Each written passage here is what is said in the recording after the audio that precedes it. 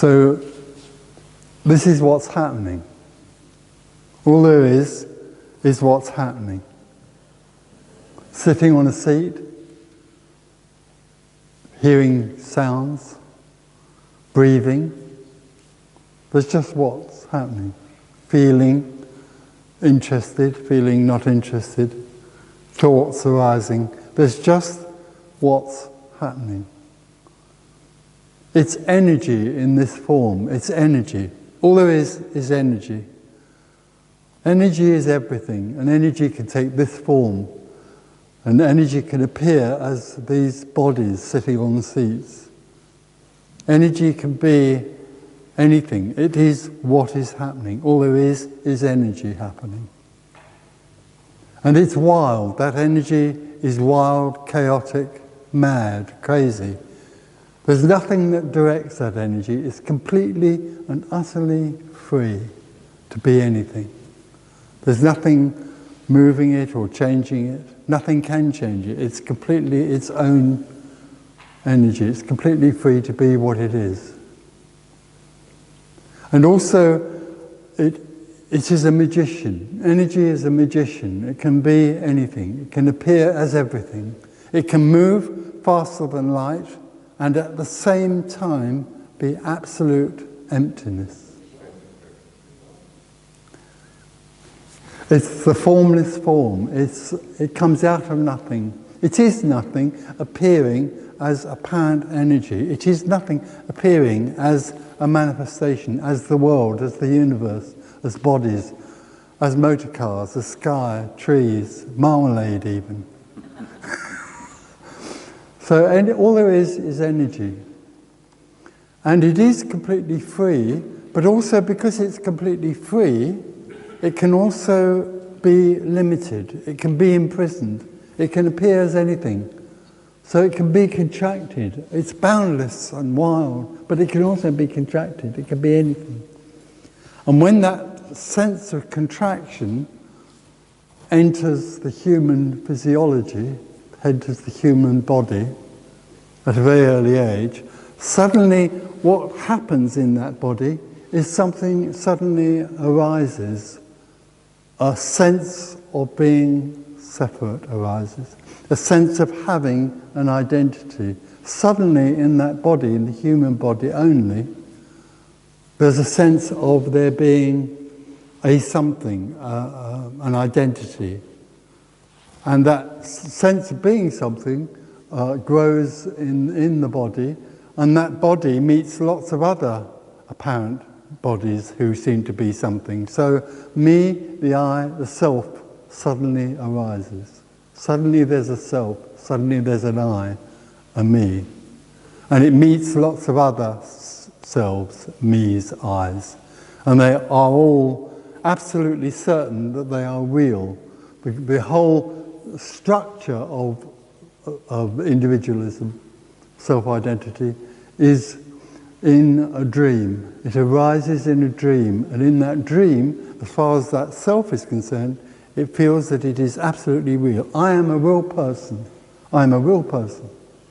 And I live in a real world, and I have a real story, the story of my life. I was born, and I will live, and I will die. I'm certain of that, and I'm certain that I am real. The other thing that arises in that dream is the absolute conviction that that individual has free will and choice, and it can influence its story. It's living in a story that it can change around in and make choices over. And the other sense that arises is that if it takes action, then something will result from that. So it really believes in itself, in the story, in its own free will, and in cause and effect. Those things seem real to it. And the journey, I'm on a journey. And the other thing that seems real, because I'm on a journey, the journey is going somewhere, so this existence, my existence, has meaning and purpose, because it's going to go to somewhere. The other thing that arises, however, in that dream, in that hypnotic dream of being a separate individual, is the sense of being separate. is very powerful. And so the individual in that dream reality sees everything else as a separate object. So me, the self, the I, never sees a tree or the sky or another person as they naturally are. The me sees them through a veil of separation. And somehow that is unsatisfying. Really, me lives in a dream reality where everything is a subject and an object. It's a subject-object reality. I'm the subject, she's the object, she's over there, the wall's there, the trees are there, they're out there, I'm here and they're there. That's deeply unsatisfying, but most people don't recognize that. There are people who are sensitive enough to recognize there's something missing, something isn't fulfilling. But most people who live in the dream of me, and most people do, feel in a sense that they can make their lives satisfying. They subtly feel unsatisfied, but they go out and they try to make money or become powerful or have lots of lovers or whatever. They try in one way or another to satisfy a sort of hidden sense of lack. So they try. But more sensitive people feel that that lack is because of something deeper. So they look for an answer in religion or in therapy. Or they might have heard of something called enlightenment. And so that sounds like an answer. So they go to a teacher of enlightenment. Because of course the other thing is that they've grown up believing they are individuals, and they've grown up believing that they, through their own choice, can make their lives better or worse. And so they stay within that sense of having to make an effort to find fulfillment. So they go to a teacher who will offer them personal fulfillment, a Christian fulfillment or a therapist fulfillment where you become a more balanced person altogether, or an enlightened fulfillment where you can become enlightened. You can attain enlightenment through following a list of instructions or whatever. But that's very powerful. That's a very powerful message. Christianity, the religious message is incredibly powerful all over the world because it speaks to the me that feels lost. It speaks to the me and says, yes, you feel lost, but I can show you the answer to that. We can show you how not to be lost. It's the most popular message psychologically that there is. So what we're sharing together tonight is the exposure of the whole structure of me, the way me takes form, the way it feels that it is real, the dilemma of it feeling that it is real and it has real choice, and the awful futility, the awful and wonderful futility of the effort it makes to find fulfillment. So what we're going to share is the exposure or the illumination that somewhere the me lives in a world that is finite. It lives in a subject-object world. It can only exist in that world. It exists in a finite reality. That's how it is. It exists there by being self-conscious. At a very early age, self-consciousness takes over. I am aware of myself. And it grows, and people live in self-consciousness. And that keeps them locked in to a finite reality. And this sense of what they long for is only arising and is limited by that reality. So the seeker, as we call them, the seeker, is constantly looking from the point of view of being a subject, it is constantly looking for an object called self-fulfillment. And what we're sharing together tonight is the awful possibility that that whole effort is completely and utterly futile because of where the me is, because of the nature of me. So we can share this verbally, we can share concepts together, And ask anything at all about what you feel about yourself or what you feel about this manifestation, and constantly the response to that will be to point to the illusory dream of there being a me, and the illusion that the me can take any steps to find fulfillment. So we can speak together in that way, but more than anything else, the most liberating thing that can go on is unspoken. What we're really here is to share together is about something that can't be put into words, that can't be understood and can't be grasped. What we're talking about here is a paradox. It can never be attained. And it doesn't need to be attained, because what will also possibly emerge is that what the seeker longs for has never gone away. What the seeker longs for has never been lost. The seeker looks for some abstract thing out there, but actually lives in what it longs for. So this is, in a sense, an exposure of an illusory dream, and in another way it points to something that is utterly simple and ordinary. So it seeks what it's lost. Well, it seeks what it believes it's lost, what it feels it's lost. It has to lose itself to be that. It doesn't have to do anything. There isn't anything that has to happen, but the description just now of the way in which the dream arises and the sense of there being a separate was simply a description of what happens. There isn't any need for it to happen or not happen. And there's nobody that does it. There's nobody that does anything. In fact, there's nobody. So that's the paradox. The paradox is that there is the whole construct of the individual is a dream. I mean, I've had enough of... Sorry? I've had enough of my me. No, but the me can't do anything about having had enough of being me. Is it my being that knows that then? No, nothing knows it. Okay, nothing. No. So since speaking to you maybe a week and a half ago, that there's like a sense that the me doesn't exist.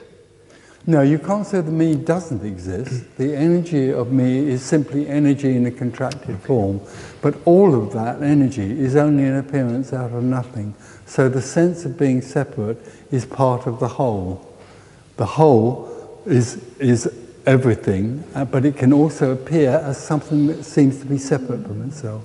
So wholeness can appear as apparently separate from itself. I can feel that energetically here now. There's a sense of that. Well, you can't feel it. It's not for you. This message is not for you. Just as well. In fact, I would say that this is probably the worst place for an individual to be. Because what this is pointing to is the sudden collapse of individuality, which can't be brought about, but may happen or may not. When you were speaking, it just struck me that society is absolutely scared of that energy, that free energy that's kind of wild, and it seems that has to be suppressed because there's a fear of that. Me wants to be in control, yeah. It isn't, but it dreams that it is. So one of the other things it fears in liberation is that it will lose the control it believes it has. Because it is crazy as well, as a part of it. So that is scary.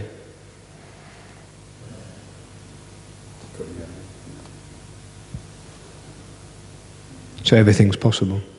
Sorry? So everything is possible. Well, there is only everything.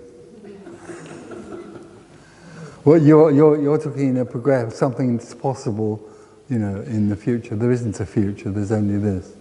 And in the end, of course, there is no such thing as a seeker or liberation, or that's just another expression of something that the seeker might understand as a language. But in the end, when me collapses, it's realized there never was a seeker or anything to find.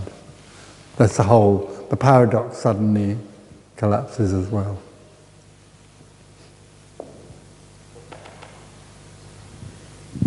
Thank you, Tony. So could you substitute everything for no one in what you're saying? No, I could substitute it with nothing. Everything is no thing. What we call the relative is the absolute. They aren't apart from each other. So everything, which we call the relative, is also nothing. It's not coming from nothing, it is nothing. Nothing. Okay. Anything that, the problem for me is that it labels things. So it labels the relative as though it's something there, and the absolute as though it's something else over there. And then that is the world of dualism that me lives in. And most teachings come out of that idea, that the absolute becomes the relative. And so there are two things, the absolute and the relative. In the natural reality, they're both simultaneously one thing. There's only that. Which is a paradox. How can that wall be nothing? For the me, it can't be nothing, because the me thinks it's a wall that's over there. When me collapses, it obviously is nothing walling. Okay. How about oneness? Could you substitute oneness? You could, for yeah. Nobody. Oneness is getting one? a bit spiritual, really. For me, oneness is a bit. It's like presence. All there is presence. All there is oneness. It's a bit.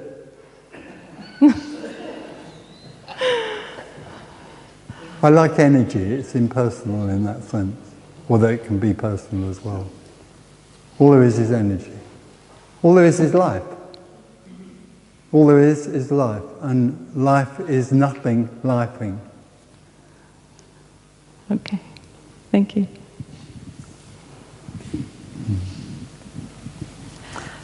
Me again. To your knowledge, well, I know words are hard to use to do this, but is there any relationship between what the me believes and what it experiences? Oh, they're both the same thing in a sense. The only relationships that happen are in the dream. The dreaming me relates to other people, or relates to the wall, or relates to the sky, or whatever.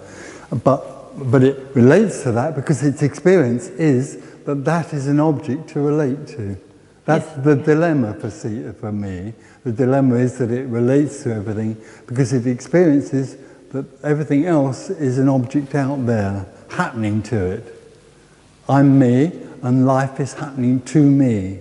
It's like a great big sticky bun. It takes everything into itself and owns.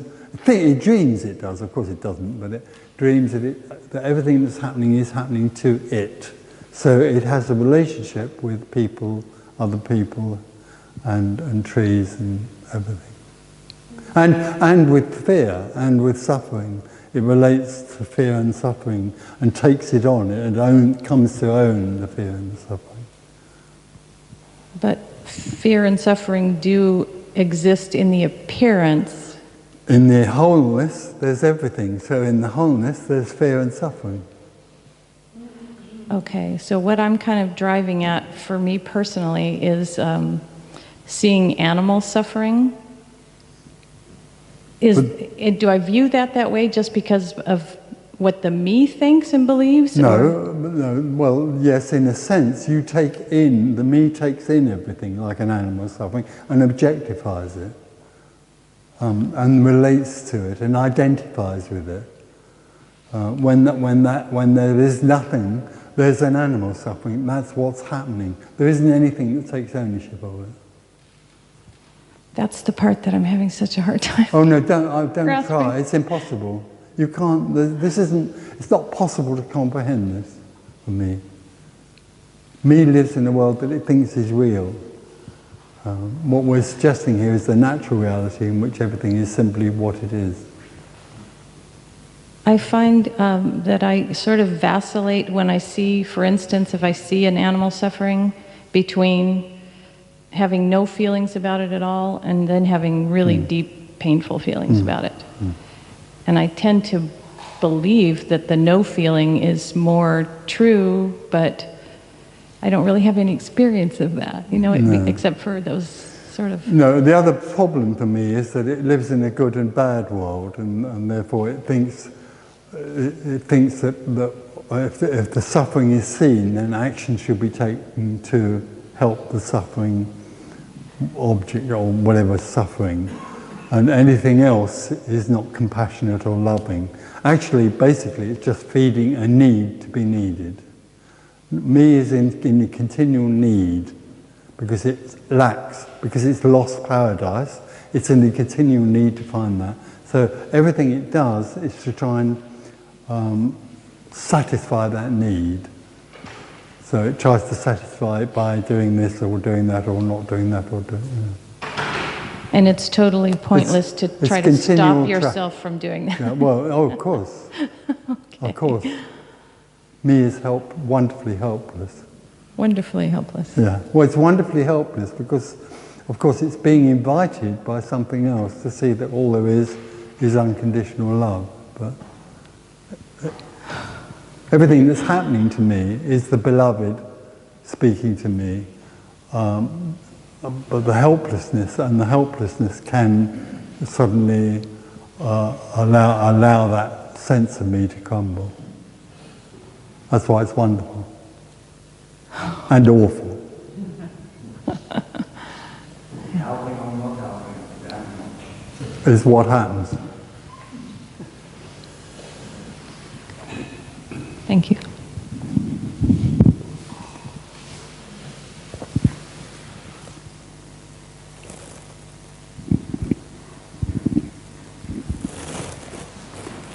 So, is the only possibility to break through this entirely never-ending dream for the energy forms that dream to collapse? Yeah. But there's nothing that can be done about it. Nothing can do anything about that. It will or it won't. Yeah. Don't forget, let's be clear about this, that dreamt energy is only an appearance. It's not real.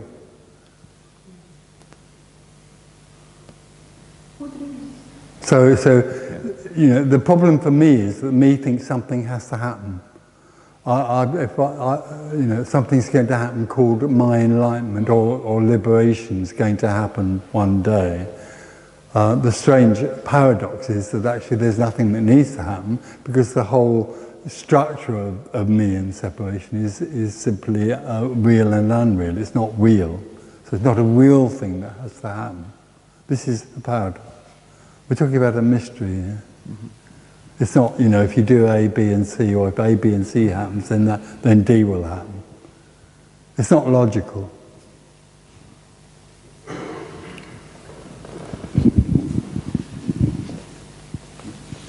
The problem for me is that it wants a logical answer. Can you give them that mic? That it wants an answer, and there is no answer. If you compare this beingness of a human being to the beingness of an animal, which has no conscience. Everything else but the human is beingness. Grass, animals, tiles, the wall is simply being. Nothing, even animals don't have the capacity to create or construct a sense of having a separate identity. They may act in ways that the human might think is human, but that's a natural reaction or instinctive reaction, which humans have as well. They don't need a me for that. But animals can't abstract a sense of being separate. If they did, they'd start their own religion. Absolutely. It might happen one day. Dogs going into a little dog church. Because then there would be the need to, find out why there's a sense of separation.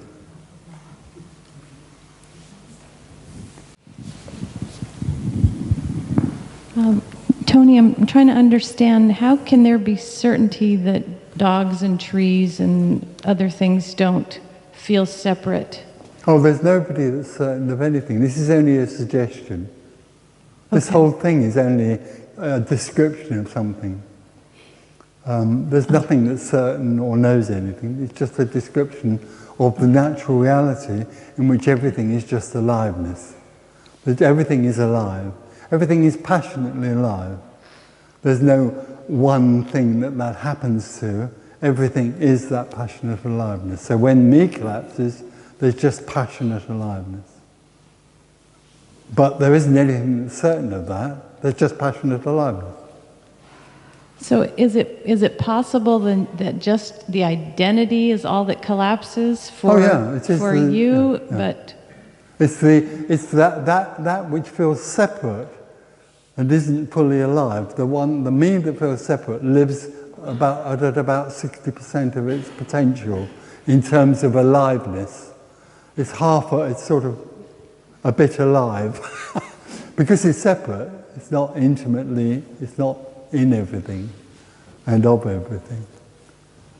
And so when that sense of being separate in a subject-object reality collapses, because it's an illusion anyway in that sense, it's a dream. When that dream collapses, there's a sudden awakening into the whole of aliveness, without there being anybody in that has that or knows it. so you'll have to pardon the way I'm phrasing this, but how do I know you're just not psychotic? Oh, you don't? No, there's no. You can't know. This is not the truth. This is not the truth. It's not right. It's not, you can't identify this and say that it has a value. It has no value to you at all. It's the worst thing you could possibly listen to. Because it's about the end of you. And yet I long for it. Well, the seeker longs for and fears most its own absence. It longs for its own absence, but it fears it as well, equally. So do you see what I'm getting at, though? Is there any way that you No. can kind of describe how it's not that you're just crazy? No. You know what I'm saying? You can't... No. Because No. the bad thing is I believe you, and I know you don't want me to believe, but I do.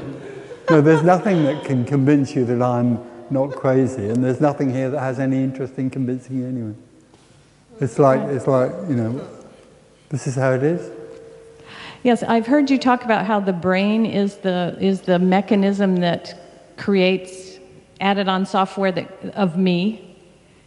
So could this not be the brain creating a different kind of software that just says there's no me and... If you would like to believe that, it would be a nice way out. Yeah.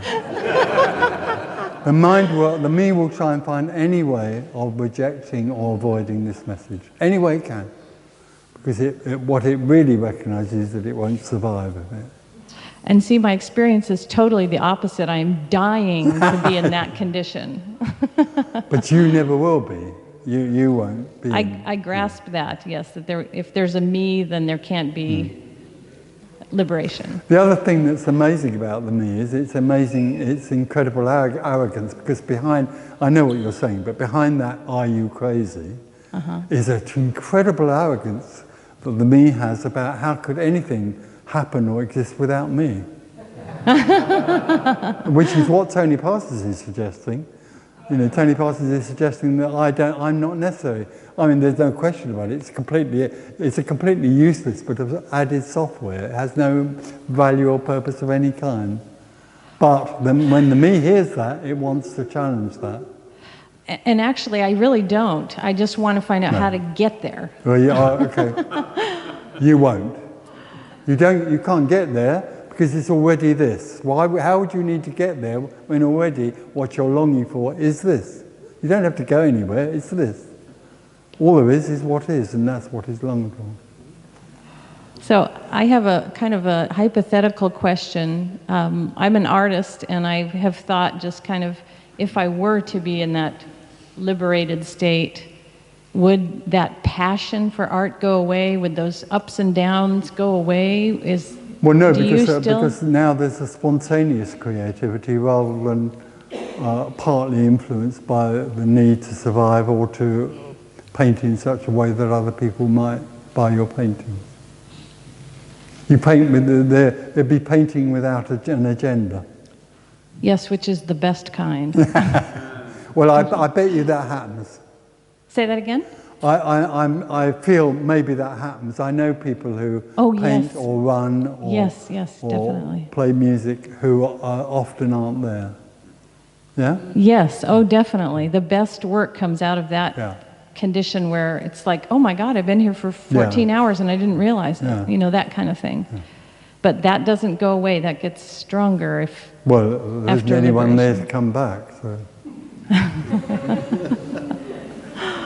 Okay.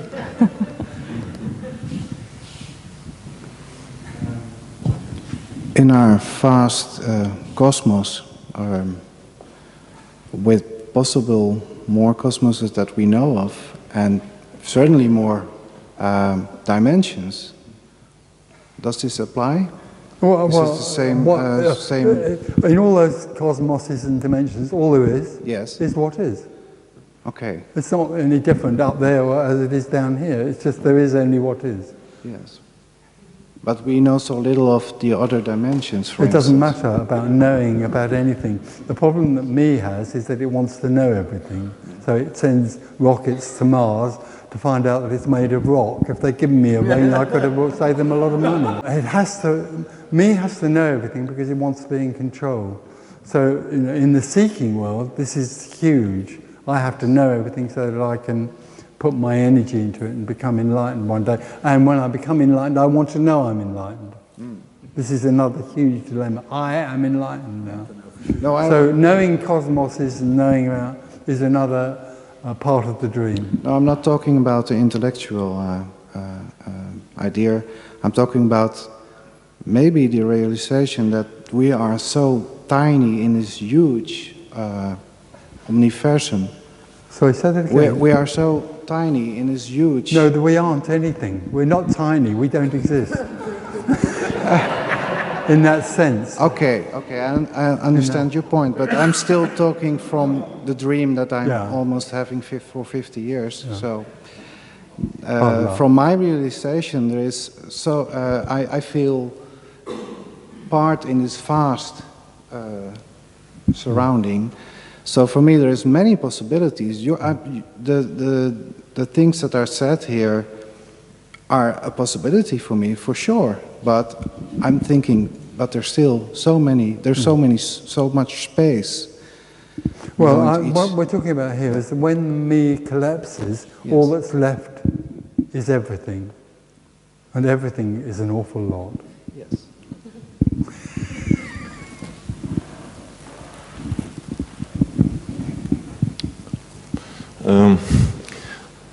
I suppose consciousness is a dividing machine, isn't it? For me, consciousness is dividing. Yes, but how? It's knowing something. Yes, but that's the whole thing we want to get rid of if we want to. Well, the division is where me lives. Me lives in a divided world. That's why it says everything is consciousness, because for there to be consciousness, there needs to be something it's conscious of. That's division. Mm-hmm. I understand, but how to get rid of this? Well, there's nothing. I suppose that you have. No, I haven't. You haven't? No, I haven't got rid of it. I died. That which lived in duality was no more. But there wasn't anybody or anything that caused that to apparently happen. Only apparently. But I could give you a list of teachers who will tell you how to do that. It's huge. Mm-hmm. No, I'm not asking for a way to get there, but just curious. They can show you how to and teach you how to become enlightened. I just try to understand what divides you from us here. Well, no, but what you're putting, there isn't a me to be separate. That's the difference. This has nothing. You have something. You. No. I have a mic. But only apparently. But still, if there appeared something appeared to have been happening in your life, which... Well, not in my life. My life ceased some time ago. Yeah. And there was just all that was left was life. Well, all that was left was life. What was left was life. But this was not the disappearing of consciousness. Oh, consciousness, awareness, As a and all those dividing things machine. collapse with me, because consciousness is a way in which to keep separate from what it's conscious of. Awareness is the accomplice of me. Awareness is the accomplice of separation. So all those things collapse when me collapse. Sounds great. Well, who for though? I don't know. You're laughing. There's laughter. I'm curious about, I've heard you talk about maybe this is an energetic thing that happens, liberation, and it happened to you and then it happened to Claire not too long after. It didn't happen to Claire or me. There's no Claire and there's no me, that's all. It doesn't happen to a person. Where me can't get over the fact that nothing could happen without it, but actually liberation happens absolutely without. When me collapses, there's no one that liberation happens to. Do you see what I'm getting at, though? No. Is there? It seems to me an incredible coincidence that it happened to you and then happened to your wife. If there wasn't, and I'm not saying I don't believe it because I totally believe it, but I'm wondering, is there some? But it's happened to lots and lots of people. Apparently, it doesn't happen to anyone. But this is something that's energetic, as I just said at the beginning. The most freeing thing that's happening in this room right now is silent and energetic. So that's how the contracted energy suddenly melts into the whole again, energetically. Okay. So that's what I was trying. When it meets nothing, then that can happen. But only apparently. Yeah. It's only an apparent thing. So it has nothing to do with understanding. It's just an energetic. And may I ask, have your kids, with your kids? Sweet. No, forget it. No? Okay. So if I rub shoulders with you? Well, you rub shoulders, well.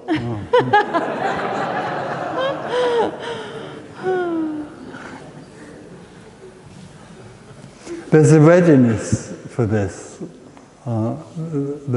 Me is never ready, of course, never will be. But there is an openness to this. People, the apparent seeking energy just gives up or begins to fall away. And then there's an openness to the possibility that what the seeker is looking for is absolutely beyond its own, beyond me, beyond the seeking. Yes. That's what's happening here.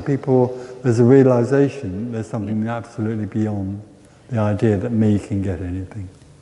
Yes, I find myself becoming very bored with me. This is boring. There's got to be something more than this. The other thing that is taking place in the psyche, in the apparent world, this is a story, only apparently, is that the whole of authority is breaking down. So Enlightenment teachers as such represent an authority like Christian priests do and politicians, but the whole of authority is breaking down in this apparent world. You can see it happening all over the place. Middle East is a sort of artificial example of authority breaking down in the psyche people.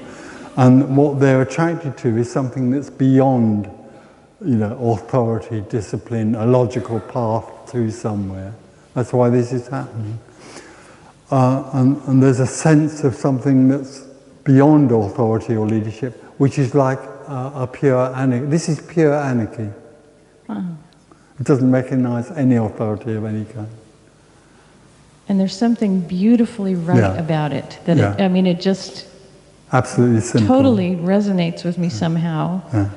It's stunning. This thing here is constantly stunned by this. It's amazing. And it's about something utterly simple and ordinary, It's this. This isn't some ethereal idea of you getting to somewhere where you are in a state ready and worthy of love. It is that the love you long for is constantly speaking to you in this room right now. Not this, but in what is happening. What is happening in this room is what you long for.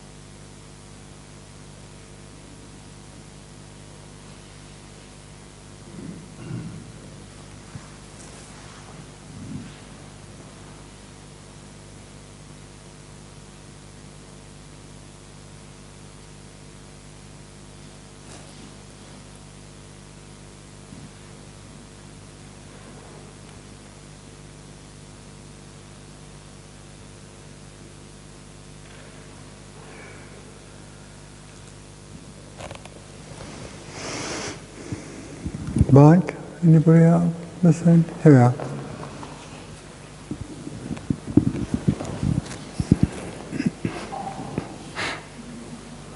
So I was just listening to a CD of yours, I think The Story of Me or Freefall, and you said a thought arises in you and there's nothing there for it to cling on. I was wondering if you could maybe say a bit more about that? Well, not really, because it's like the whole, when there's nothing, no sticky bun, there's just space. There isn't something here in space, there's just spaciousness.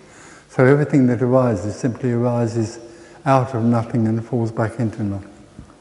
There isn't, when the me is there and a thought arises, it entertains the thought, not every thought obviously, but a lot of them, takes it home to tea, they say in England. and then an energy circle begins where the me feeds the thought and the thought is then embroiled in an energetic something. So it's like when you get worried about something, it's like listening to a CD that you could continually come back to the beginning again, start again, and then you come back to the beginning.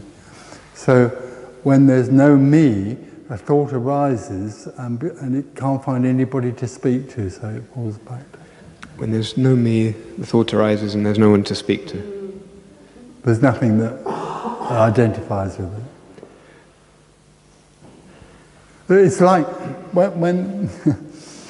when there's nothing there that takes ownership of everything, everything just arises naturally and falls back into itself. It's just everything is immediate and innocent. I shall make everything new. Everything, the wall, everything that happens just arises and falls back in. I shall make everything new. Yeah. That was a saying that a guy, Jesus, remember Jesus? Who's he? But in a sense that is, I shall make... I can't remember that. There is no I, but everything is new. Obviously everything is new because everything is timeless.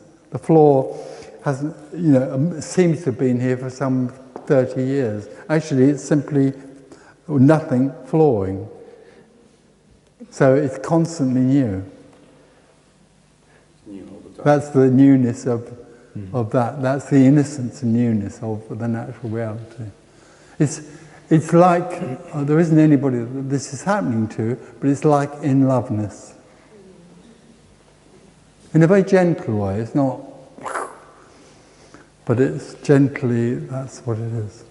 Because that's all there is. This is, when the me is no longer there, all there is unconditional love, which is the nature of everything. Unconditional. Even locked up in a cell? Oh, it doesn't matter what's happening in the world. That's why it's unconditional. It has to be everything. Yeah. It doesn't have any conditions. Because I'm obviously not... So then, after that, there's nothing that's needed because everything is fulfilled. Everything is fulfilled, right? So I once had an experience of thoughts apparently stopped, and then you could almost, where's the thought? And it lasted for a day, and I could feel ego right under there, wanting to show off and... See, don't forget, this isn't anything about something stopping. It's not like about being without thought or being in silence. They just didn't stick. It's not about silence or stillness or any of those states. Although that's happening. Well, it's not really. The nature of everything is nothing, and the idea of silence or stillness being important is irrelevant. Sound is silence.